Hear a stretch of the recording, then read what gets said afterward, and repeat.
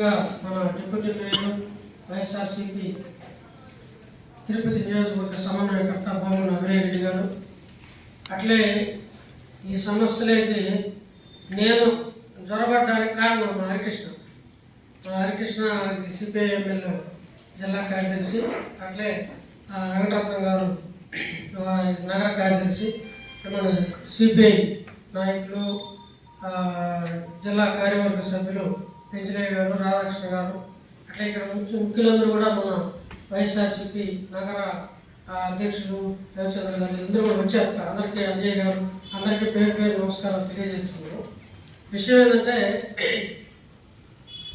ఒక భూమి మీద హక్కు కలిగిన వాళ్ళని ఇరికించుకొని ల్యాండ్ పూలింగ్ చేసి అట్లా పోనీయకుండా, రిజిస్ట్రేషన్ చేసుకోనీయకుండా, అమ్ముకునేదానికి లేకుండా, ఏ హక్కు లేకుండా చేసేసి ఎదురు చూసే పరిస్థితి, ప్రాణాలు పోగొట్టుకునే పరిస్థితి, చివరికి ఒక తిరగని ఆఫీసు లేదు, మెట్లెక్కని కార్యాలయం లేదు అన్నట్టుగా వాళ్ళ దీనమైన పరిస్థితి ఈరోజు కొనసాగుతుంది. దీనికి రాజకీయ పార్టీలు, అధికారంలో ఉన్న రాజకీయ పార్టీలు కారణమైతే, అధికారులు అంతకన్నా మించిన వాళ్ళు దీనికి కొంత కారణం. ఈ యొక్క ఆలస్యానికి సంబంధించి వాస్తవంగా 11A మన బత్తిని బాబు చెప్పాడు. 11A అంటే ఏంటి? అన్షెడ్యూల్డ్ విలేజ్లో ఎవరైనా రైతులు సెట్ చేసుకుంటా ఉంటే 45 ముందు వాళ్ళ అనుభవంలో ఉన్నారంటే వాళ్ళు రెగ్యులరైజ్ చేయాలనేది 11A చెప్పేది. ఇది 11A చెప్తుంది. ఈ చట్టాన్ని అంతా అందరికి చెప్పాం.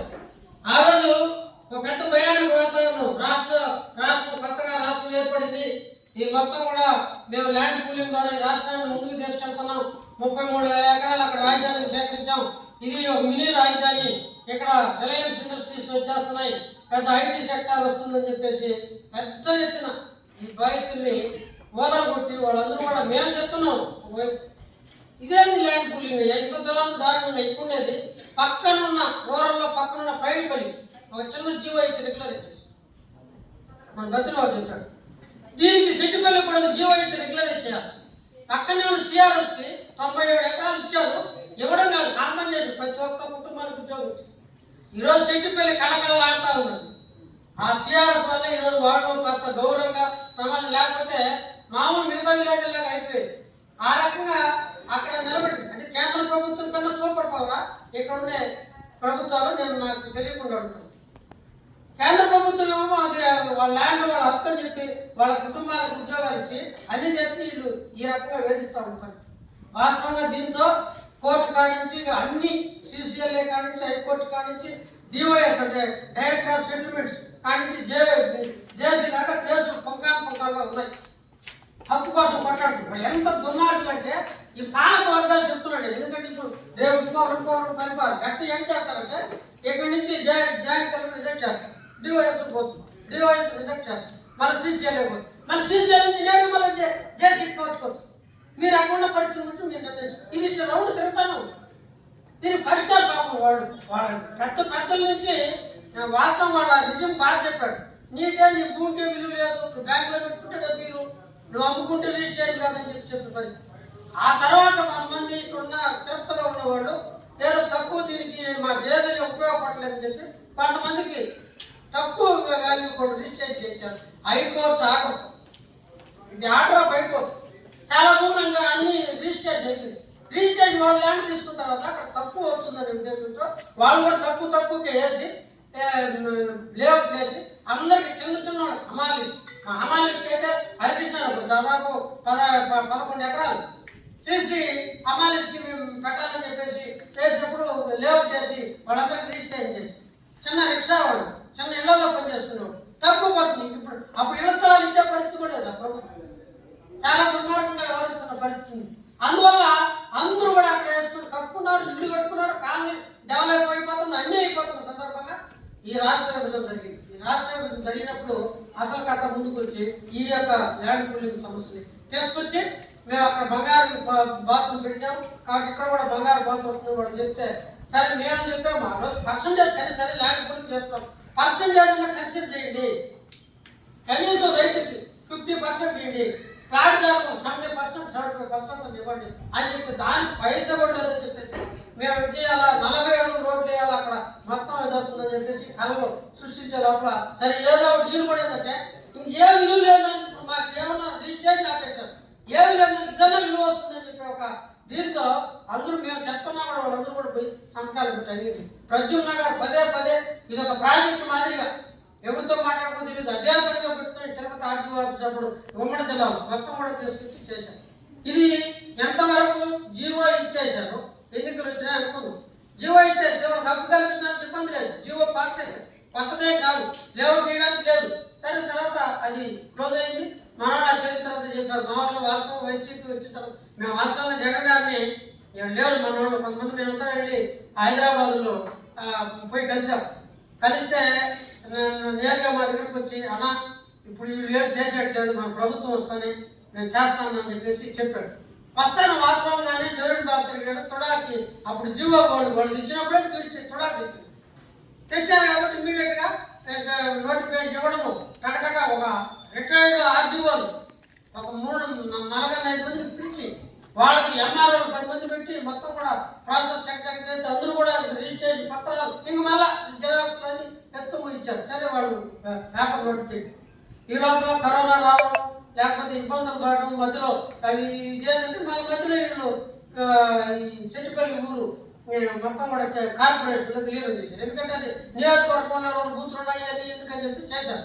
వచ్చిన వెంటనే ఆ జీవో భూమి కూడా వచ్చేసింది. మేము కూడా మాట్లాడాలి, ఎందుకు మీరు చేయండి ఇబ్బంది ఏంటని మాట్లాడితే లేదన్నా తిరుపతి కార్పొరేషన్ ఒక ఆదాయ వనరు అనేది లేదు, చాలా లిమిటెడ్గా షాపింగ్ కాంప్లెక్స్ ఉన్నాయి. అది వస్తే మనకి పర్మనెంట్ ఆదాయం వచ్చే అవకాశం ఉందని మీరు దయచేసి సహకరించండి. సరే ఓకే మంచిది వస్తే మంచిదని చెప్పాడు.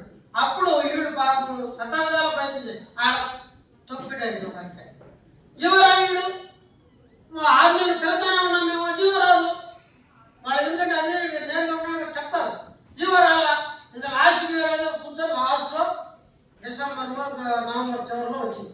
మన వెంటనే ఇది ఎట్లా చేయాలి ఏంటి దీని వెంటనే అంతకుముందే ప్రాసెస్ చేస్తాడు.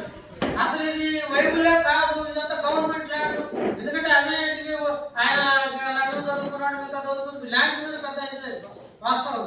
ఇదంతా గవర్నమెంట్ ల్యాండ్, ఇదేమో మనకేమో సంబంధం లేదు, రైతులకి అంతా సంబంధం ఇచ్చి మాట్లాడుతూ వాళ్ళు అదే దాన్ని అభిప్రాయం పెట్టి మనం కూర్చొని పెట్టినాము. మొత్తం చట్టం అన్ని చెప్పిన తర్వాత వాస్తవంగా చాలా అర్థం చేసుకుని ఒక 5-6 సార్లు రెవెన్యూ అధికారులతో కూర్చొని పెట్టి అప్పుడు వెంకటరామరెడ్డి గారు కలెక్టర్ గారు మొత్తం జేసీ బాలాజీ గారు మోడల్ కాలనీగా చేద్దాము అని చెప్పి చాలా వేగంగా చేస్తే అప్పుడు కానీ అవల లాస్ట్కి వచ్చినప్పుడు కనీసం మేము గట్టిగా పట్టిన ప్రొసీడింగ్స్ అన్న ఇవ్వండి అందరికీ అని చెప్తే అప్పుడు ప్రొసీడింగ్స్ అనేది అభినయరెడ్డి గారి కృషి ఫలితంగా ఇప్పుడు ఒక హక్కు మనకి ఇది హక్కు ఉంది ఏముంది ఇది మన ఆడచేయడం మార్చలేదు లేకుండా ఒక హక్కు అనేది చెప్పాలి. మేము అప్పుడు కూడా చెప్పాం, అప్పుడు కూడా మేము మన వాళ్ళు చెప్పా మేము పోయి మున్సిపల్ ఆఫీస్ కూడా కార్పొరేషన్ ఆఫీస్ కూడా ధర్నా పెట్టాం. ఇది అవ్వదు అని చెప్తే అన్న ఎట్లా మీరు ఇచ్చేసి వస్తాం కదా చేస్తాం కార్పొరేషన్ ఉంటుంది ఇది చేస్తాను. ఇప్పుడు మేము చెప్పిందే కరెక్ట్ అయింది. ఇప్పుడు చెప్పా ఆ రోజు అభినయరెడ్డి అన్న ఒకవేళ గవర్నమెంట్ మీరు అనుకుంటారు మేము అనుకోవట్లేదు, గవర్నమెంట్ ఒకవేళ మన కార్పొరేషన్ మంది కదా మేము చేస్తామని చెప్పారు. కానీ ఈరోజు కార్పొరేషన్ మీదైనా మళ్ళీ కార్పొరేషన్ చాడిపోతుంది. మీరు మాట్లాడటం లేదు. వాస్తవం ఎందుకైనా తీసుకెళ్తారు ఇక్కడ పెట్టి చేయండి. 2 అర్బన్ డెవలప్మెంట్ అథారిటీసే కదా పెట్టి చేయండి డెవలప్మెంట్. ఎవరైనా ఇప్పుడు ఏమన్నా పొలానికి ఒంట్లోట్లుగా డబ్బులు పెట్టుకోవడం టీటీడీ లాగే ఉన్నా లేదు. మళ్ళా నేను తీసుకెళ్ళి ఫోన్ తీసుకెళ్ళి బ్యాంక్లో పెట్టుకుని డబ్బులు తీసుకుని ఫ్లాట్ వేసి మొత్తం ఖర్చు పెట్టాలి. మేము దేవరెడ్డి గారు ఏమండి కానీ మీకు తుడాకి ఆల్రెడీ జీవో ఉంది కానీ మీకు నేను పెట్టేసి ఇచ్చిపోతాను వెలువడి మీరు చెప్పేది నేను పెట్టేసి మళ్ళీ ఎవరు నాకు డబ్బిచ్చేది మళ్ళీ ఎవరు చేయకుండా చెప్పి మాట్లాడు. ఈరోజు చెప్తాను ఈ ప్రభుత్వానికి ఇన్ని మంది వర్గాలు జరిగినాయి. గతంలో కలెక్టర్ గారు మాకు గత అక్టోబర్లో చెప్పాడు మీకు ఇమ్మీడియట్గా చెట్టుపల్లికి కేటాయించబోతున్నాం అని చెప్పేసి. అబ్బాయి ఏదో చెప్పాడు యంగ్స్టర్ వచ్చాడు బ్రహ్మాండంగా చేస్తాడు డాక్టర్ గారు అనుకుంటు ఇంకా ఆ రోజు మాట్లాడితే తల దించుకుంటున్నాడు. ఏమంటే పైకి పంపించా వాళ్ళ వీళ్ళు పాపం పోయినారు ఏదో అది ఇది సార్ రోజు పరిస్థితి అదే అంటున్నాడు మేము పరిస్థితులు కరెక్ట్ దగ్గరికి పోతున్నారు కదా ఎక్కడికైతే రాలేదని చెప్పి. వాస్తవంగా చెట్టుపల్లి వాళ్ళు ఈ రోజు కనపడలేదు ఎంఆర్ ఆఫీస్ కూడా ఆర్బీ ఆఫీస్ కూడా కలెక్టర్ ఆఫీస్ లేదు. ఇంత అవమానం అవసరమా, ఇంత ఇది అవసరమా? చెట్టుపల్లి గ్రామస్తులకి వాళ్ళకి ఈ రాజకీయ వ్యవస్థకి ఎదుర్కొనేది ఒక చిన్న సమస్యని తమ భూమిని త్యాగం చేస్తూ ఈ ప్రభుత్వ అవసరం ఈ ప్రభుత్వం దీని ₹1 కోట్ల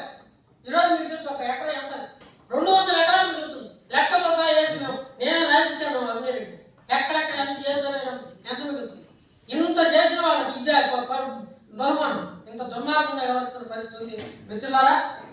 అందుకని నేను రిక్వెస్ట్ చేస్తున్నాను అన్ని రాజకీయ పార్టీల నుంచి మేము కొంచెం ఎక్కువ తీసుకున్నాం. ఎందుకంటే ఆ రోజు అమాలించు హరికృష్ణ మామూలు లేదంటే కొంతమందికి ఏదో సాయం మేము వద్దన్నాం.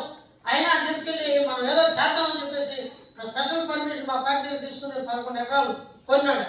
కొనిన దానివల్ల ఇంకా దాన్ని మొత్తం కూడా మేము మొత్తం పార్టీ అంతా మా పార్టీ కూడా అక్కడ ఇది ఉంది. అది దీని కారణంగా మిగతా వాళ్ళందరికీ సంబంధించిన తర్వాత మన రాధాకృష్ణ వాళ్ళు పెంచులేళ్ళు మనం అందరూ కూడా రకరకాల చిన్న దీంతో ఉన్నారు. అక్కడ ఖాళీ చేసుకున్న దాన్ని కూడా ఖాళీ చేయించేసాం. మేము ఆఫీస్ అన్నింటినీ ఆఫీస్ కట్టి ఆఫీసును ధ్వంసం చేయించాం. ఎట్టు చేసి దుర్మార్గం చేసి ఈ రోజు పరిస్థితి ఏంటంటే ఎదురు చూడాల్సిన పరిస్థితి. ఆయన అనగానే సత్యప్రదర్శనం ఆయన లేస్తే దౌత్యం అనిపించేస్తాం. ఒక ప్రజాప్రతినిధి ఒక మంత్రి ఇప్పుడు నాకు ఆగత ఇది ఏమనుకున్నాను నాకు అర్థం కావట్లేదు. మీకు అది చేస్తాను నువ్వు జైల్లో పెట్టిస్తానని మాట్లాడుతున్నావు. నీకు కనీసం ఇంగిత జ్ఞానం ఉంటే నువ్వు జిల్లా ఇన్ఛార్జ్ మంత్రి నువ్వు పోయి బాధ్యతగా మొత్తం పెట్టుకోడు సారీ చెప్పాలి. సారీ చెప్పి వాళ్ళకి చెప్పి ఇంత భూమిస్తున్నందుకు చేయాలి. ఇవి కాదు కోట్లు ఆడ కరేళ్ళు యాడ్ చేద్దాము లేకపోతే ఇంకా రాజధాని అసలు లేదు. అదేదో అంటున్నాడు మా సీతారాం యేచూరి గారు స్వర్గీయ అని చెప్తున్నాడు. No house no marriage but son name is song language అనేసి ఆయన ఇంగ్లీష్ లో తెలుగులో చెప్పి అట్లా మనం చెప్తాం ఆరు లేదు కూడి పేరు సాంగ్ లాంగ్వేజ్. ఇప్పుడు ఆ రాజధాని లేదు ఏమీ లేదు. ఇప్పుడు అక్కడ మొత్తం మళ్ళీ ఇంకొక 47,000 ఎకరాలు చేస్తాను కట్టిన ఏదైనా చేసి అక్కడ ఇచ్చేసే పరిస్థితి లేకుండా పోతే ఈరోజు ఈ రకంగా చేస్తున్న పరిస్థితి మనం చూస్తున్నాం. ఇది చాలా దుర్మార్గమైన విషయం. నేను కోరేది ఏంటంటే రేపు 4వ తేదీ నేను విజ్ఞప్తి 4వ తేదీ మంత్రివర్గంలో జీవో ఇచ్చి వీళ్ళందరూ కూడా ప్లాట్లు ఏర్పాటు చేయడానికి చేసింది మంత్రివర్గం. లేకపోతే 5వ తేదీ నుంచి కార్యాచరణ చేద్దాం, దీక్షలు చేద్దాం, అవసరమైతే పోయేసి భూములు నిలబడదాం. ఎవడు రంగు కాపాడేది అని చెప్పేసి భూములు మొత్తం కూడా వేసుకొని అవసరం మనమే పెట్టి కామన్ గా మొత్తం కూడా పెట్టి అందరికి సంబంధించి ప్లాట్లు వేసి మేము మాస్తాం ఊరికి వచ్చేదానికి అని చెప్పి దిగకపోతే వీళ్ళు ఏమాత్రం సమాధానం లేదు. ఆ రకమైన దీన్ని బాధితులందరూ కూడా చాలా అలసిపోయి ఉంటారు. వాళ్ళకి అండగా మనం రాజకీయ పార్టీలు ఉండాలని చెప్పేసి దీంతో ఎందుకంటే మేము వాస్తవం ఇప్పుడు నేను మాట్లాడినందుకు మీరు ధర్నా చేసింది కానీ లేకపోతే మేము మాట్లాడినందుకు అర్థం వాస్తవంగా ఎక్కడ నేను చెప్తున్నాను అభినయ్ రెడ్డి గారు అనేవారు ఒకరు లేకపోతే పరిస్థితి ఇంకొక రకంగా ఉండేది అర్థం కావట్లేదు. ఎందుకంటే అధికారులు చెప్తాం వాళ్ళు ఎత్తి నేను కూర్చుకున్నాం రాజకీయ నాయకులు. మనం చెప్పేది కూర్చొని కమిటీ వాళ్ళు మొత్తం రాధాకృష్ణ వాళ్ళు దాదాపు వారం కూర్చున్నారు. ప్రతి సర్వేలో బయట కూర్చొని సబ్మిట్ మనం చెప్తే అప్పుడు రెవెన్యూ వాళ్ళు పని చెప్తే కదా నోట్ సౌండ్ ఇది అవును దీని ఏమైనా కాదంటామని అభివృద్ధి ఇది ఏమైనా కాదంటారా అన్న తెచ్చాడు ఇది చెప్పండి అంటే నోట్ తెరవకుండా అప్పుడు ఎంఆర్ఓ అందరూ కూడా ఒప్పుకున్నారు. అంటే ఆ రకంగా ఉంది ఇష్యూ. ప్రజా సమస్యల పట్ల రాజకీయ వ్యవస్థ ఎవరు చెప్పేది వింటున్నారు, ఎవరు చెప్పేదాన్ని ఈరోజు తీసుకొని అవగాహన చేసుకుని బాధితులు చెప్పేది ఆతంకంలో చెప్పేదాన్ని అర్థం చేసుకోకుండా ఈరోజు చేస్తున్న పరిస్థితి. అందువల్ల మేము కోరుతున్నాం వైసీపీ రోజు కార్పొరేషన్ ఎందుకు దీన్ని మారుతున్నారు అని చెప్పేసి మేయర్ గారు అడగాలి.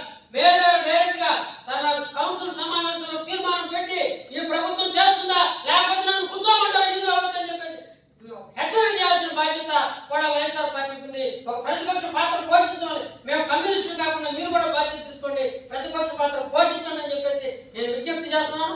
ఆ రకంగా వారు కూడా స్పందిస్తారని చెప్పేసి మిగతా నాయకులందరూ కూడా ఆ రకంగా ఈ సమస్యను పరిష్కరించి తిరుపతికి పెట్టిన ఒక శని లాగా దాన్ని మనం పరిష్కరించుకుంటే అందరూ కూడా హ్యాపీగా ఈరోజు విస్తరణ కూడా ఈరోజు వచ్చి మీరు చూసారు మన ప్రయాణికులు గ్రేటర్ ఇది చేస్తారని ఈ పక్క తూర్పు వైపునే విస్తరణకి. ఎందుకంటే ఈ పక్క యూనివర్సిటీస్ లేకపోతే ఇది ఉంది. అందువల్ల దయచేసి మన విస్తరణకి లేకపోతే మోడర్న్ గా ఉండే దీనికి అవకాశం ఉండే ఈ యొక్క దీన్ని పరిష్కరించుకొని తిరుపతి